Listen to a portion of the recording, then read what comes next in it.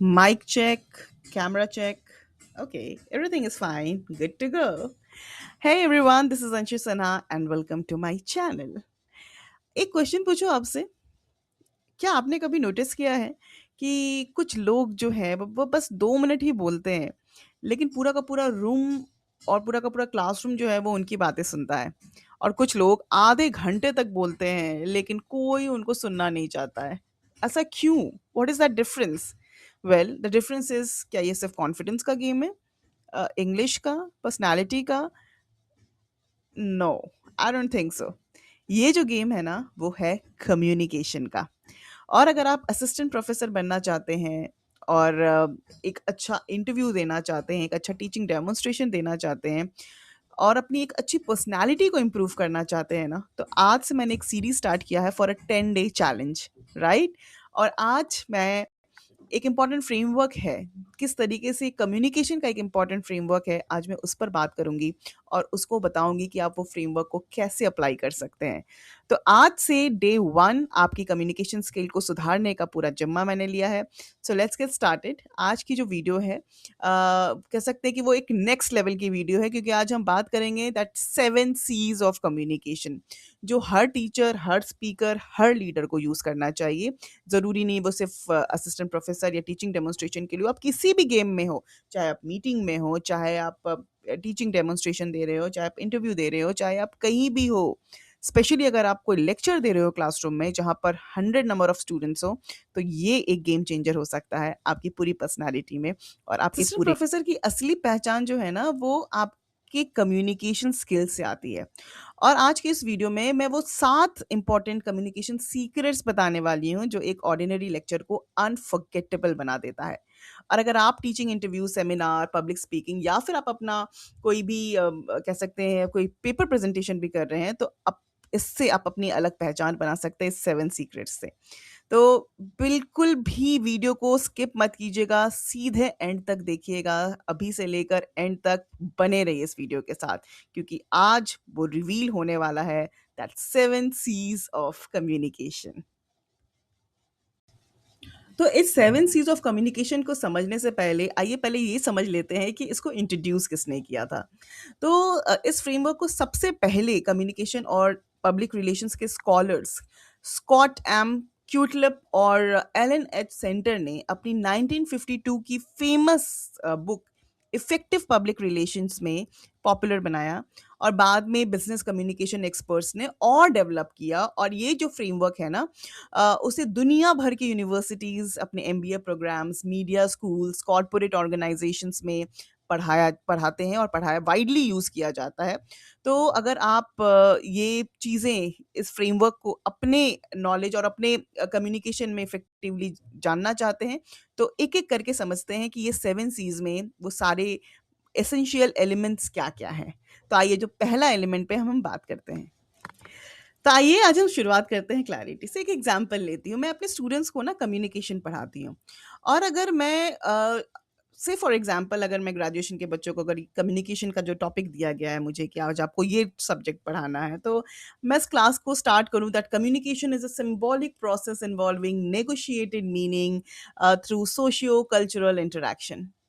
अब ये मैंने डेफ़िनेशन देकर समझा कि हाँ, भैया ने बहुत बड़ा-सा एक डेफ़िनेशन यहाँ पर दे दिया है। पर कितने लोग हैं, कितने स्टूडेंट्स हैं जो इनको पहली बार में समझ आएगा? शायद बहुत कम, 10% को लेकर मैं चलूँ तो।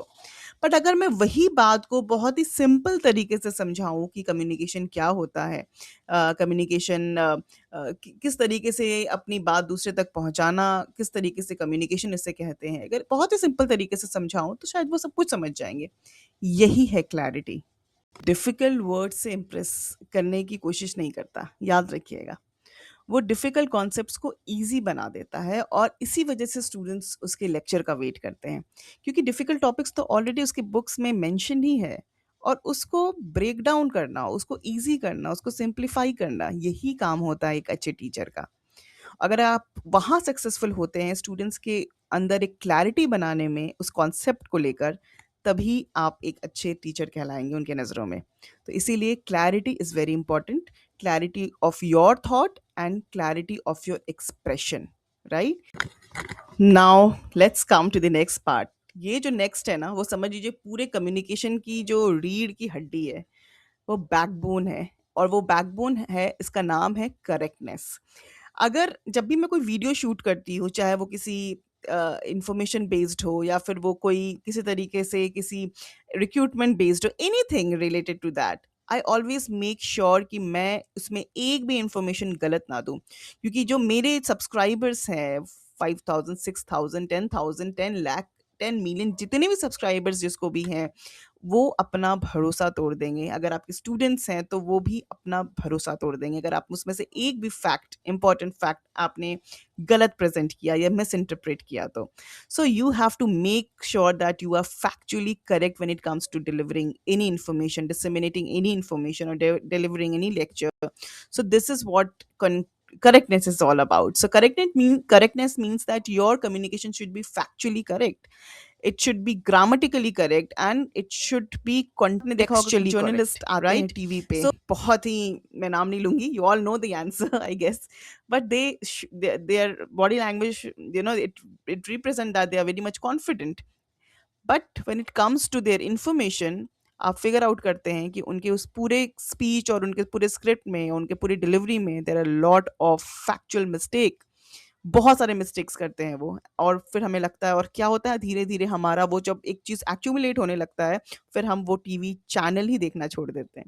सो correctness is really important, really really important. So always make Now sure, let's जब भी come आप to the किसी next C is, my dear friends. So the next C is about coherence. Now what coherence means? कभी कभी ऐसा होता है ना कि हम आपने कभी देखा है कि कोई भी टीचर हैं जो एकदम से पढ़ाना ही बहुत हाई लेवल से शुरू करते हैं, और हाई लेवल के बाद फिर वो कंप्लीटली ऑफ बीट हो जाते हैं, फिर समझ में ही नहीं आता क्योंकि उनकी इंटेलेक्ट मैच ही नहीं कर रही है। सो वो ऑर्गेनाइज्ड नहीं है, उनके पास ये आइडिया ही नहीं है कि वो स्टूडेंट्स को कैसे डिलीवर करे। उन्होंने अपना एक बेंचमार्क इतना हाई रखा है कि वो स्टूडेंट्स के लेवल से काफ़ी ऊपर है।